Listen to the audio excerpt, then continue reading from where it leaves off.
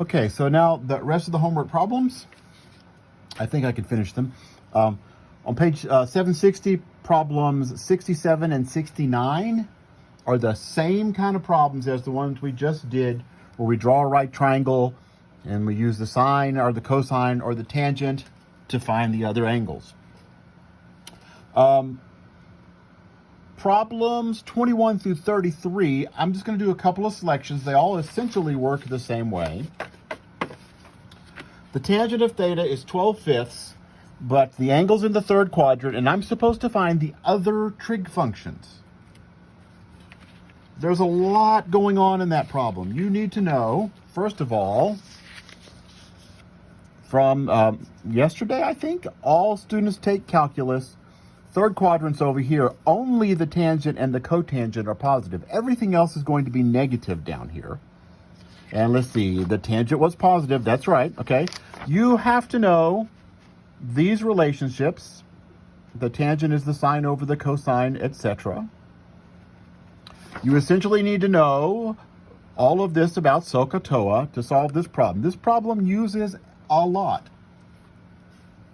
So the first thing we need to remember is that every angle has a reference angle. Whatever this angle is, whatever it is, it's over here somewhere. It makes an angle with that axis, with the x-axis. It makes an angle there. Now this is the angle probably, right there, that whole angle. Or it could be going backwards. It doesn't matter. There's a terminal side. But it makes an angle, I can't talk, an angle with the x-axis, and whatever that angle is over here is the reference angle. So we're not going to really deal with this angle. We're going to talk about the reference angle. And remember, the thing about the reference angle is that the points on the unit circle have the same absolute value, but positives and negatives will change. So if I'm looking at the reference angle, we call it theta prime. I'm just going to think about the positive numbers, just positive. And it doesn't matter in this one, the tangent's the same.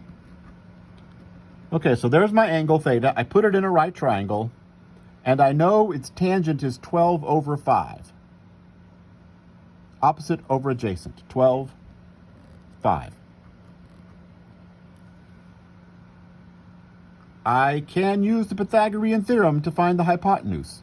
The hypotenuse squared is 5 squared plus 12 squared. I'm going to do this in my head. You can follow along. 25 plus 144, which is 169. That tells me that h is 13. And this angle's theta prime, not theta, sorry. Now I can find the sine of theta, the cosine of theta. The tangent of theta was already given to me. The cotangent of theta, remember, cotangent of theta and the sine of theta are reciprocals of each other. A couple of ways. You've got those formulas, you're learning them. And remember, tangent and cotangent are right across from each other in the magic hexagon. They are reciprocal. So if you know the tangent, you can find the cotangent. Just flip it over. The secant of theta and the cosecant of theta, we need to find those also. The angle's in the third quadrant, so the sine is going to be negative, as is the cosine, as is the secant, as is the cosecant. Everything's negative over there except for the tangent and the cotangent. The sine, opposite over hypotenuse, but negative because it's in the third quadrant. Cosine, adjacent over hypotenuse. The secant is the reciprocal of the cosine. Flip it over, minus 13/5. The cosecant's the reciprocal of the sine. Flip it over, 13/12. Now I found all 6 trig values. I'm gonna do one more. I'm gonna have to make a whole other video, I guess. Let's see, another one. Problem 28. The secant of theta is -4. Yikes. And the angle is in the second quadrant. We're going to think about its reference angle. secant is negative 4. Well, how does that help me? I don't have a SOHCAHTOA for the secant. But I do remember that the cosine of theta is the opposite side. No, it isn't. It's the adjacent side over the hypotenuse, which means that the secant, it's the opposite, the reciprocal of that. The secant of theta is the hypotenuse over the adjacent. You can just flip it over, right? Don't memorize SOHCAHTOA, but remember that the secant, do memorize SOHCAHTOA, but don't worry about it for secant. The secant is just the reciprocal of the cosine. And so to make it positive, the secant would be 4. That's not a fraction, but I could think of it as 4 over 1. 4, 1. Now, here's this other side, the opposite side. I'll call it p. 1 squared plus p squared is 4 squared. P squared is therefore 16 minus 1. That's 16. That's 1. P squared is 16, so p is the square root of 15.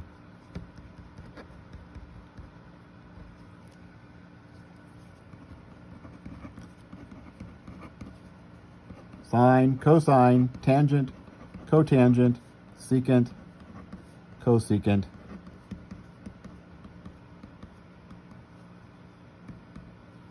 The secant is negative 4. I got that. Which means that the cosine is negative 1/4 because they are reciprocals. In the second quadrant, the tangent and the cotangent are also negative, but the sine and the cosecant are positive. All students, the sine and the cosecant, take calculus. So the sine, opposite over hypotenuse, square root of 15 over 4. Positive because it's in the second quadrant. The tangent, opposite over adjacent, square root of 15 over 1.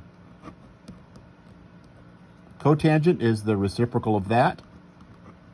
Now, I'm saying a lot of things that you just have to know. Cosecant, 4 over the square root of 15. It's the reciprocal of the sine. Everything that is on that sheet from the other day, you should know. Tell you what, I'll scan this sheet and email it to you.